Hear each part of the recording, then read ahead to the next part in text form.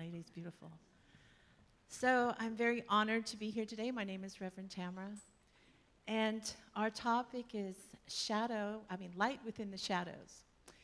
And what I invite everyone to do before I begin to speak is I invite you for 3 breaths together to breathe, but I also invite you to pick an intention. Intentions are very powerful. And your intention is to see in your heart and mind what you would like to get out of the music, of the message, of the experience that you have here. It could be deepening peace in your soul. It could be a lift of your heart of joy. It could be just a relaxed experience and a calmness. Whatever your intention is, whatever your need is today, just to lift your spirit, I'd like, after we breathe, for 20 seconds of silence, to have you hold an intention during this service. It is really a miracle to hold something in your heart because you will find that it manifests very quickly. So it is an experiment that I invite you to do. So let us take 3 deep breaths together. Breathe in, hold, release. Breathe in, hold, and release. Breathe in, hold, and release. Now just think of an intention that you would like to hold for yourself today.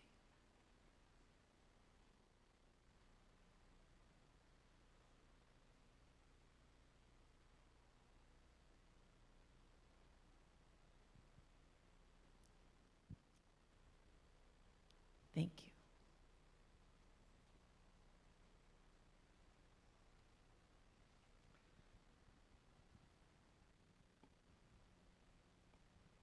I have a quote this morning, and it's a conversation between Matthew Fox, who is a mystic in my opinion, and Carol Christ, talking about Meister Eckhart, and it's talking about our shadow.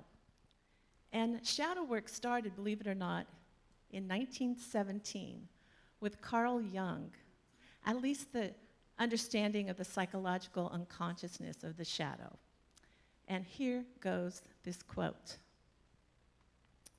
We need to go down deep into the darkness, into the mystery, into the shadow, into the forgotten parts of ourselves as individuals, communities, and as a species.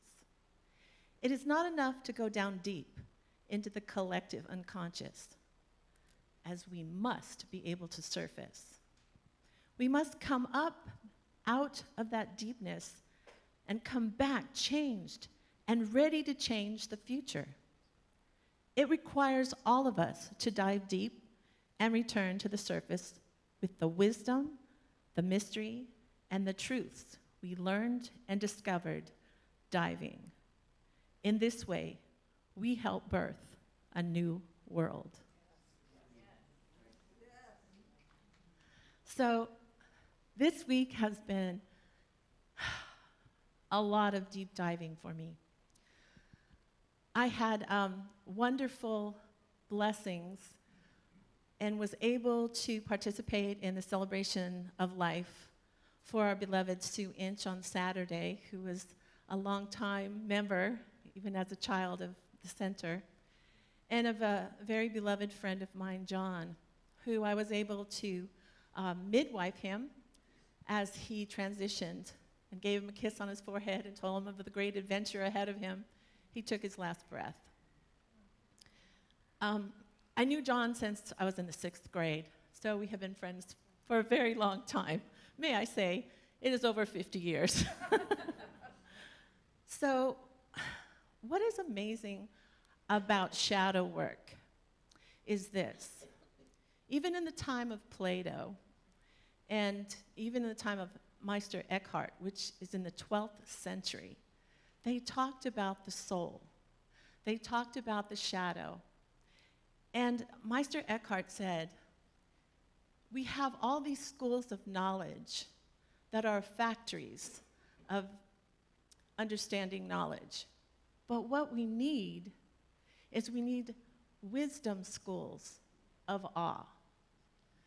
Because the one thing I know for sure is that diving deep in the shadows usually comes with a lot of pain. The pain that takes us to our knees, that takes us away from our ego, that takes us away from our so-called problems of everyday living, and getting very deep into what's important on the planet for us right here and right now, in the present moment. And when someone makes their transition, the mystery is in our face. We lose the understanding of the physicality of our five senses. And it brings us to our own ideas and understanding of immortality and of our soul. Intuition is the only thing that will get us to understand a piece of that mystery. But it's at a very different level than the intellect. And they have known this for thousands of years, that knowledge can only take us so far. It's limited. It's limited in our perceptions because those five senses that we're using, which are beautiful, that's why we're here. But there's a deeper place to go. And that deep place holds our fears, holds our very limited understanding of our magnificence. But when we get to see our brilliance, we know it at a deep level. I was very blessed, along with Elijah, to take care of one of my adult children with disabilities that I adopted. And Paula was amazing. She had a condition called Williams syndrome, which she loved everything, animate and inanimate, okay? She would kiss this microphone, she would kiss a balloon, she would give love energy to anything, whether it was moving or not. And then she had Tourette's, and so when something went wrong, she was very vocal about it. Paula had to have her hip replaced. And Paula was left, all her family had passed except one sister. And her sister Maureen was very, very Boston, very proper. Everybody had to act a certain way. And Paula was a rebel. Paula was not going to be like that. I don't care if you were a stranger or a spoon. She would tell you how magnificent you were. And the most beautiful thing about this was I could see the magic in this person. And Elijah and I totally were in love, you know? Not without problems. I'm not going to say it was all glorious all the time, but it was a very wonderful, magical experience. But not everybody saw Paula like that. A lot of people thought Paula was just weird, you know, and the behavior wasn't normal. So many times, we would go out in places and Paula would trip or she would just be upset and she would start cussing. And people would just stare. Who is this grumpy little old lady, you know?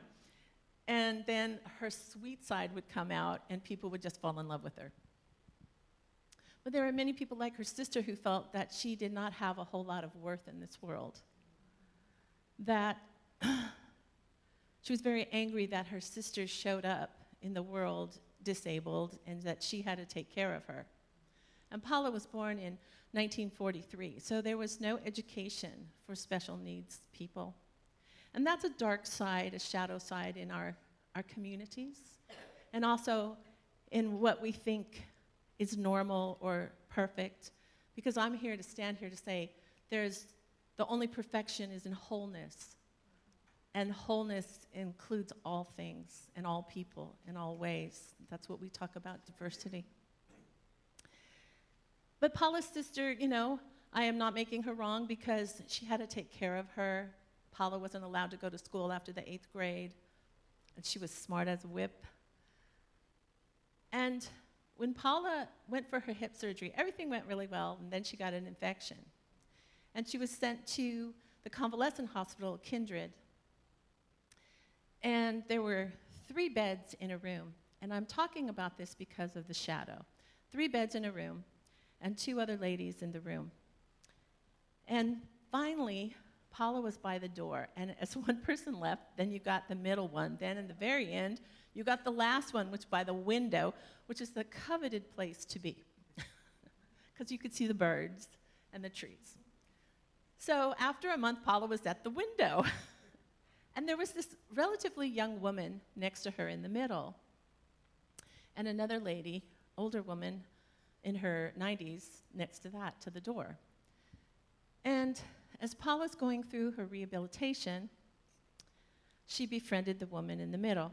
And they would share candy bars and stories and things of that nature. And her sister would come in and just shake her head about, Paula's purpose in this world. And so Spirit showed her. It's one of the most powerful experiences I've ever had in front of my eyes. So Paula was getting ready to go home, and she had made friends with the lady in the middle, and we were all laughing and joking as we went. And Paula was getting ready, and I told the lady in the middle, her name was Julie, I said, Julie, now you could have the coveted window bed. And she goes, I go, but you're probably going to go home, so you're not going to probably even need that. She goes, no. And I had never asked her why she was there. She was very aware and talkative, and she had worked in government in Santa Cruz County.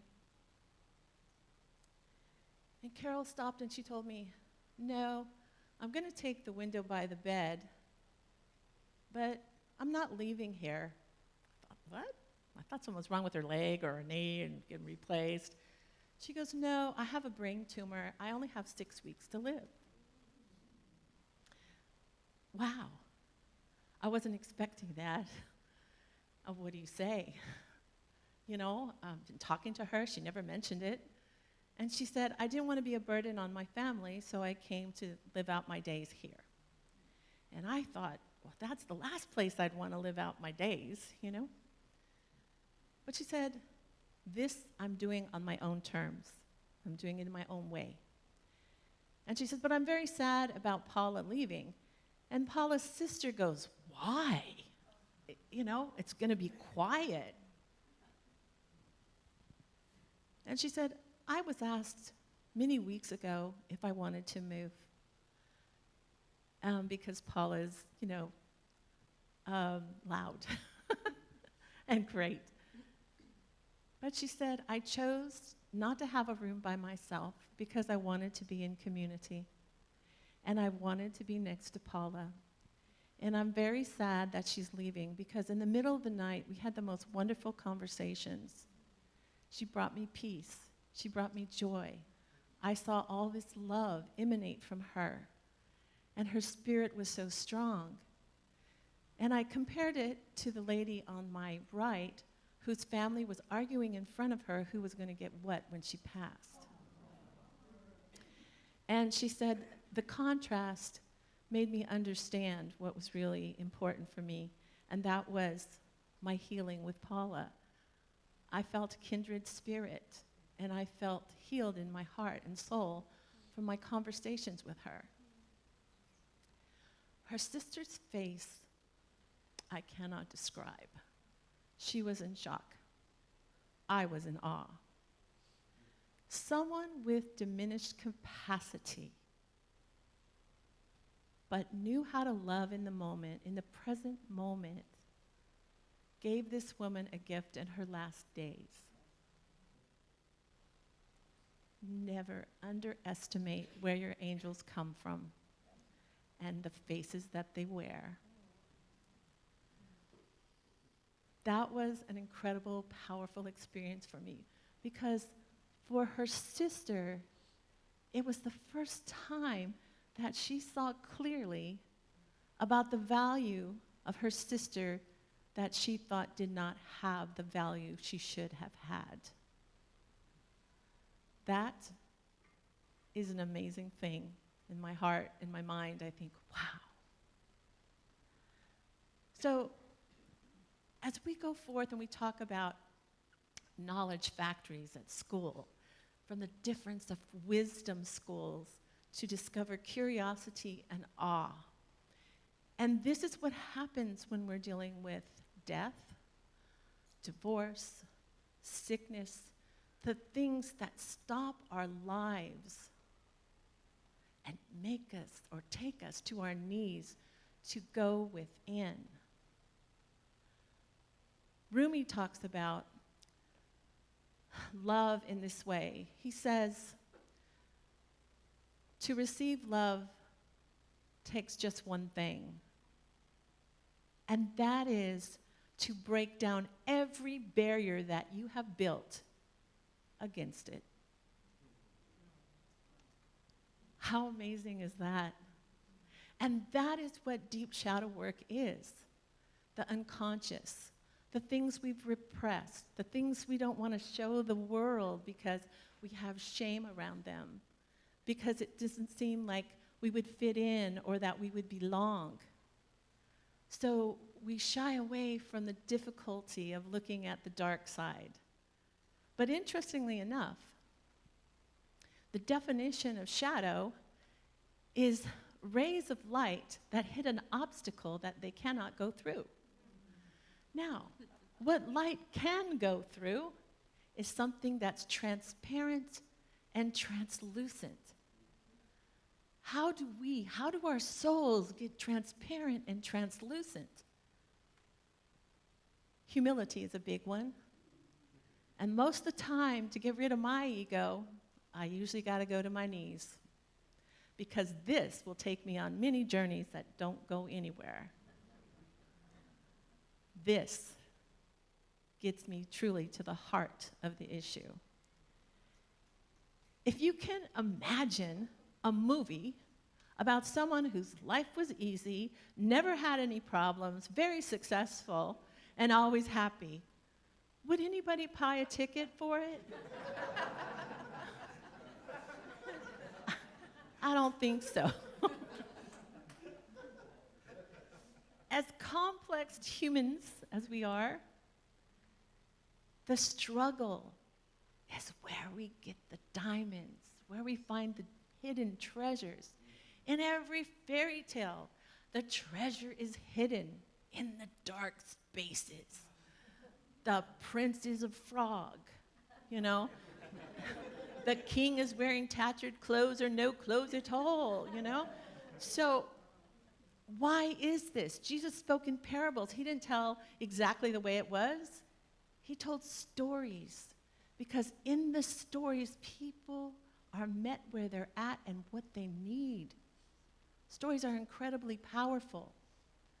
But we want to see the triumph of the soul winning. It's not a competition, though. It's an inner struggle to find who you are and why you're here and what you're supposed to do. And that comes from an inward journey, a very struggling inward journey, because the darkness is not our enemy. The darkness takes us deeper into something more magical, more powerful, more alluring. It causes curiosity. It causes wonder. And although we will never know the depths of the mystery until we get on the next side, the other side, we have inklings of knowing. And it's in the silence, and it's in the trust of something bigger and something deeper. And that is why our struggles are our friends, because they make us authentic, they make us real. They take us to our knees without trying to impress somebody of who we know, what we do, what we look like, etc., etc., etc. Because belonging to the oneness, belonging to ourselves and belonging to the whole, and that acceptance comes here. And that work is to face our demons, so to speak. The things we don't want people to know about. The things that, that we want to keep just to ourselves. And what's sad about that is our neighbors thinking the same thing. You know, our neighbors thinking, oh my goodness, if they only knew who I really was, or oh my God, if they only knew what I once did. Of course, after maybe a few glasses of wine, you might find some people sharing that with you. But I feel, as I am going into my golden years, that that the treasures that are hidden are the most magical aspects of life. You could find it in a wildflower. You could find it in the clouds. You can find it in a person sitting next to you. So shadow work, the deep unconscious that Carl Jung described in the 1917, also was talked about in the 12th century and even with Plato. We struggle with the darkness and think it's all about making sure we get to the light. But without the light, there is no shadow. So it's there to show us a way back to ourselves. Thank you.